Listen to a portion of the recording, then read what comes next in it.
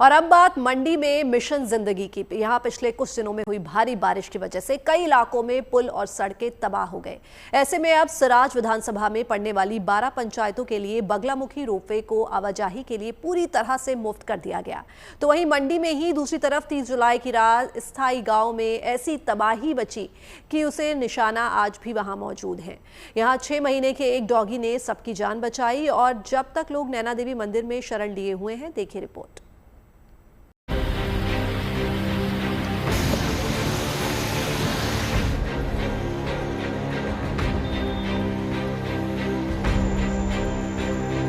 वैसे तो देश के कई राज्यों में भारी बारिश से तबाही जैसे हालात बन गए हैं, लेकिन सबसे ज्यादा अगर कोई राज्य प्रभावित हुआ है तो वो है हिमाचल प्रदेश। यहाँ राज्य के कई इलाके पूरी तरह से लैंडस्लाइड और भारी बारिश की वजह से प्रभावित हुए हैं। कहीं पुल ढह गया तो कहीं सड़क मलबे में तब्दील हो गई है। आलम यह है कि आवागमन पूरी तरह से ठप हो गया है। ऐसे में अब सरोज विधानसभा की सभी 12 पंचायतों के लिए माता बगलामुखी रोपवे एक उम्मीद की किरण बन गई है। इसी रोपवे के जरिए लोगों का आना जाना हो रहा है।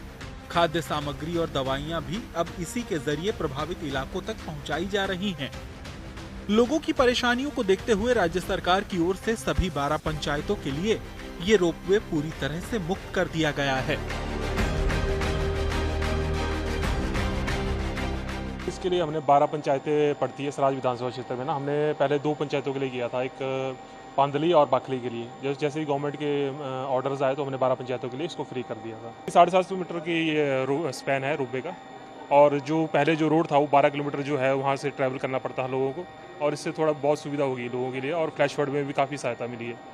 और अभी तक कम से कम 5000 लोग यहाँ से ट्रैवल कर चुके हैं, जो आपदा में हमने फ्री किया है, और 35 टन तक का सामान हमने यहाँ से ट्रांसपोर्ट कर दिया है।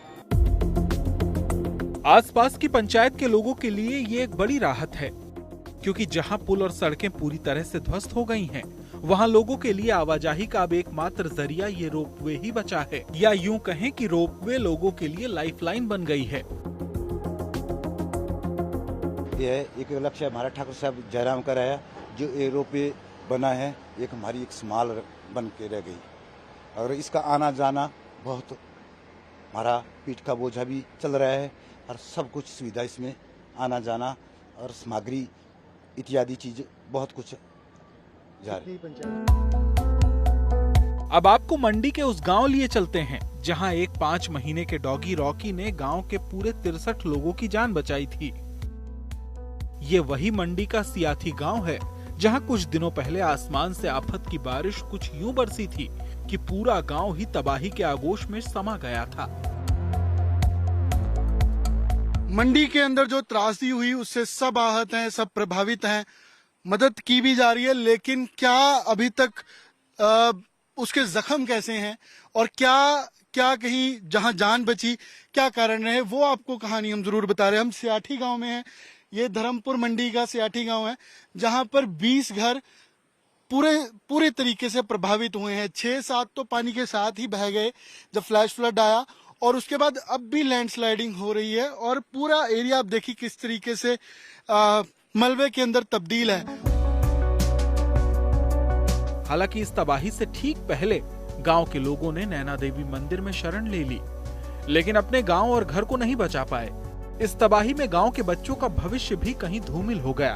उनकी किताबें, उनका स्कूल बैग, सब कुछ तबाही के आगोश में समा गया। किताबें थी, बैग थे, और मतलब जो हमारी पढ़ाई का घर के ऊपर सारा मलबा आ गया, जिसकी वजह से हम अपनी किताबें, बुक्स नहीं निकाल पाए। ड्रेस तो हम जल्दी में निकाल दी थी। क्लास में पढ़ते हो? 12th में। और स्कूल कितनी दूर है यहाँ से? 1-2 किलोमीटर है।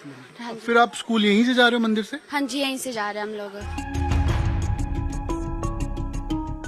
यहीं से बच्चे अब स्कूल जाते हैं और यहीं मंदिर परिसर में ही पढ़ाई लिखाई भी करते हैं। भले ही यहाँ लोगों का परिवार सुरक्षित है, लेकिन स्थानीय लोगों की आंखों में वो तबाही का मंजर साफ दिखाई देता है जब कुदरत के कहर ने उनसे उनका घर छीन लिया था। ये दर्द अभी भी लोगों के दिलों में है।